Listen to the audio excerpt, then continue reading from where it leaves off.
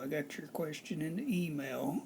You want to find the critical value Z sub C necessary to form a confidence interval with the level of confidence showing. So C is 0.89. You can do this by hand with the table. You can do it with the calculator or StatCrunch. I kind of like StatCrunch because it's so visual. And so to find this answer, you go load up StatCrunch. You click on Stat Calculators, and you want the normal calculator. You have standard and you have between.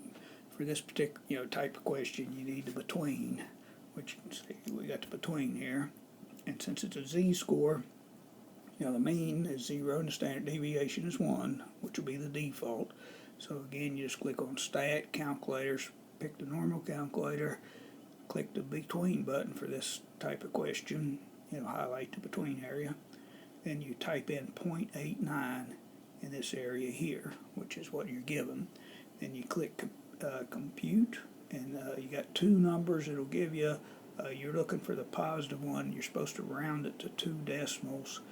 This is a very accurate answer, but if you round it to 2 decimals, that's going to be 1.60. I hope this helps.